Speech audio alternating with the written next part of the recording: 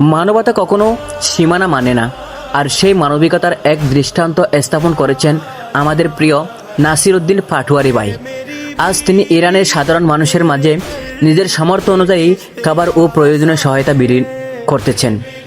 কঠিন সময়ে মানুষের পাশে দাঁড়ানোই একজন প্রকৃত মানুষের পরিচয়। যখন অসংখ্য পরিবার কষ্টের মধ্য দিয়ে দিন পার করছে, তখন তাদের মুখে সামান্য হাসি ফোটানোই এই উদ্যোগ নিঃসন্দেহে প্রশংসার দাবি রাখে। একটি খাবারের প্যাকেট হয়তো সব সমস্যার সমাধান নয়, কিন্তু এটি ভালোবাসা, সহমর্মিতা এবং ভ্রাতৃত্ববোধের এক শক্তিশালী বার্তা বহন করে।